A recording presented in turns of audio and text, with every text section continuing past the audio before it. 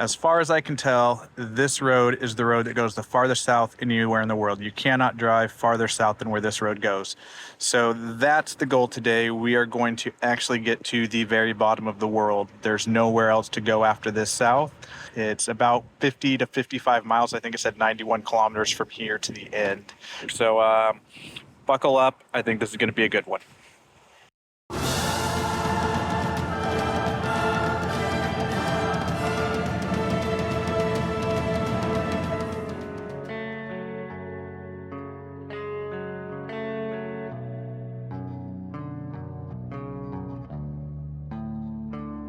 This is Argentina's Ruta J. About 30 kilometers outside of Ushuaia, this road turns south.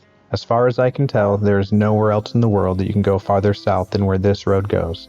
It follows the Beagle Channel and eventually goes to Estancia Moto. Cause it still feels like summer, but it's soaked in nostalgia slowly. All the leaves, they're turning brown. There are no signs marking the way. There's nothing here that says this is where you go. There aren't even a lot of social media posts of people bragging about getting here. I very much like that. The only way to find it is to look at a lot of maps, study them, and try to decide just where the farthest point that you can go is.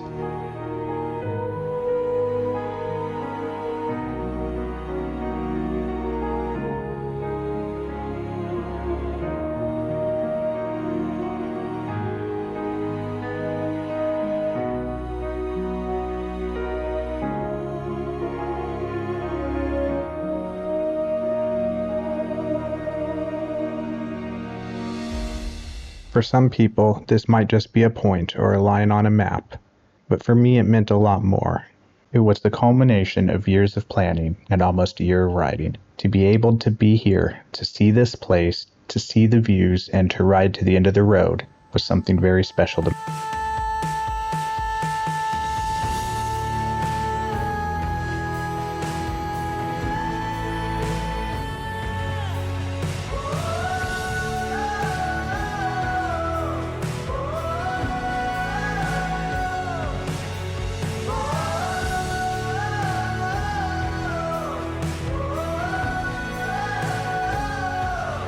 Riding through the wind-swept landscape, you can't help but imagine that this is the same view that explorers like Magellan, Castillo, and Darwin saw.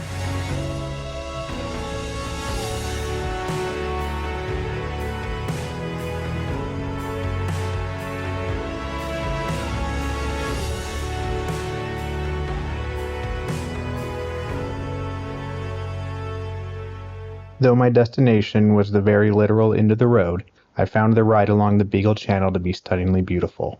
Most motorcyclists know and understand that it's not always the destination, but it's usually the journey that is rewarding. This was one of those cases where, although the point that I was getting to was going to be special, the ride made it all worth it.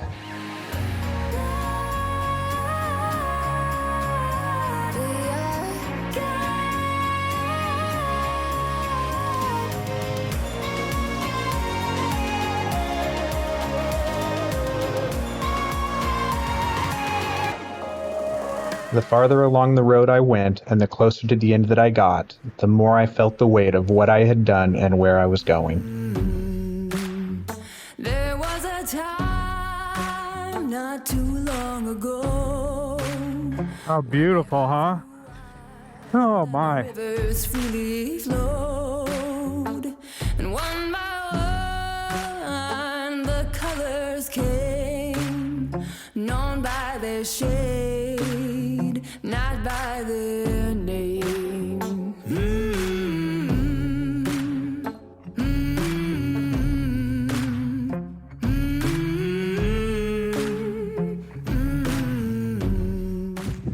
All right, well, here I am almost to the end of the world. So, man, what a journey, huh? And 9 months basically. I think 9 since I left Portland the first time on the DR. So much happened, and I just, there were times when I didn't think the trip would continue.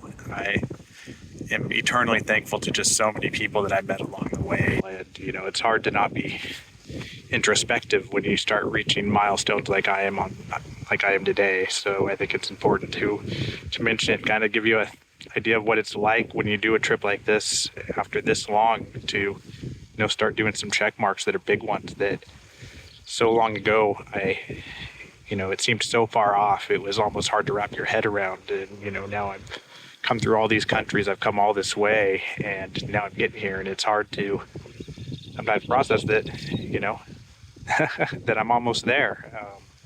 This was a point that I had on my map for a very long time, wondering if I'd ever get there, because I didn't know what the road was like. I didn't know if I'd be able to do it. My off-road riding's gotten immensely better on this trip. And I'm pretty confident now that I'm going to get there and we're going to get to the end. So yeah, that was just a little bit of what's in my head. I thought it was better to do it face to face and talk to you directly than through the helmet and the GoPro to say some of this stuff, because it's good to, I think, make some eye contact with you, especially with the people who helped me. So everybody, let's get on the road. Let's go finish this thing.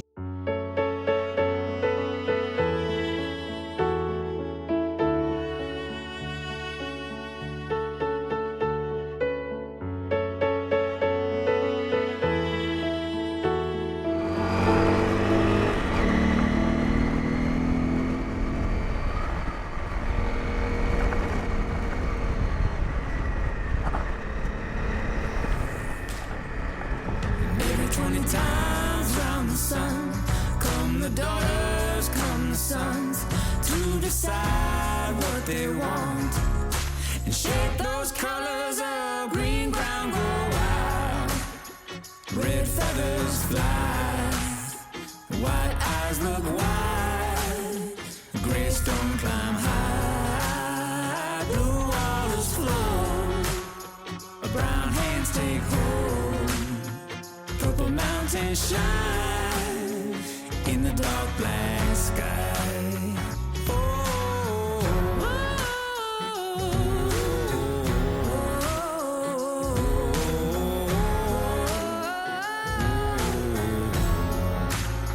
Farther along I went, and the farther I got from civilization, the worse the road conditions got. Well, it never really got challenging. It did get more difficult than it was at the beginning. I'm walking around in the circle of life, doing the things I know, walking the same ways 100 times with the same soul. Eventually, I came across a farm. I thought this might be the end of the road, as they had a gate up across it. I went back to talk to a young man at the farm to see if it was okay for me to pass.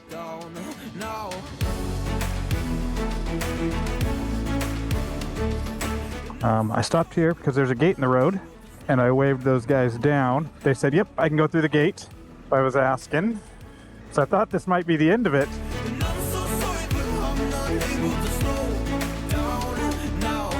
Gate back.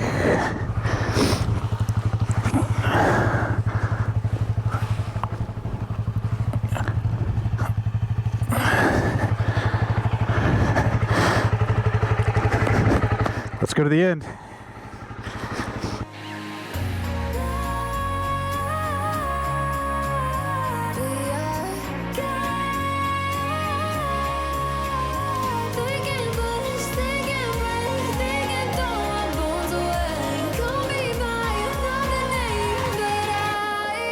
After a beautiful ride along the coastline, I just had a handful of kilometers to go. There was nothing left to do now except ride into the finish line.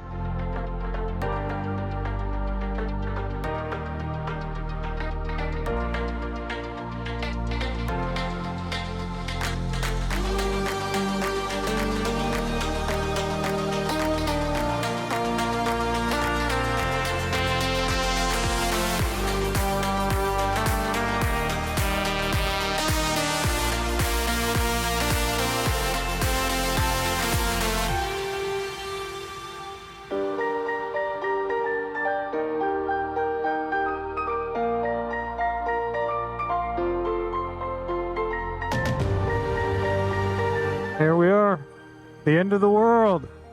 I've made it.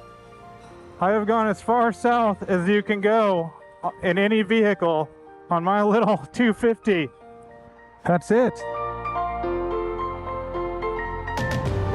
That right there is where the road ends, with a couple of horses.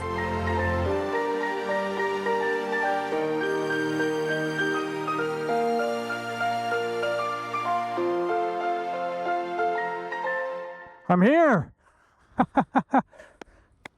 Woo! I don't know if you can see that. 54, 58, 52, 51 south. The very end of the road. How amazing. How amazing.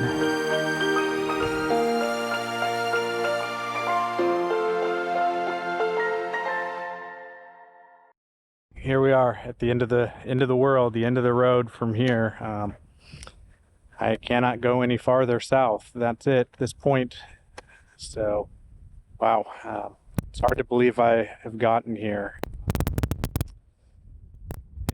It's quite a thing to process, actually. It's hard to wrap my head around it. When you get to something like this, you realize just how far from home you are, how far you've come. And, you know, up till now, every mile that I'd ridden everywhere I went took me farther and farther from home. And now you just get here, you pat yourself on the back, you say, look at what I've done. And then you turn around and you head back. And, you know, from here on out, every single mile that I do is going to take me closer to home. And that's kind of a strange feeling, because all this time I've been riding way away from home and going to see things, and now I have to ride back. And I looked, I have 17 countries to go through to get home from here. So it's a very, very, very long way. It's longer than it took me to get down here by quite a bit, actually, because I took some very direct routes to get here in time for the season so I can get weather like this and get this.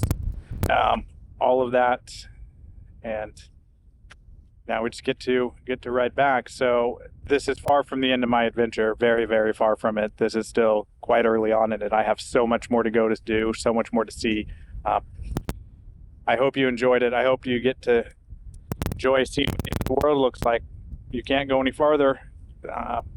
Not a lot of people get here, really, so it's a cool thing to do. I'm, you know, basically the most southern person in the world now, with the people in Antarctica and maybe a couple fishing villages on some islands. I looked, I'm south of Porto Williams. I'm south of all the places that you can go to on that island if you go to Porto Williams. So it's just me and some horses. Where are the horses? Me and some horses. So, yeah, the adventure will continue. There's a whole lot more to come. Thanks for watching, and I'll catch you in the next one. We out.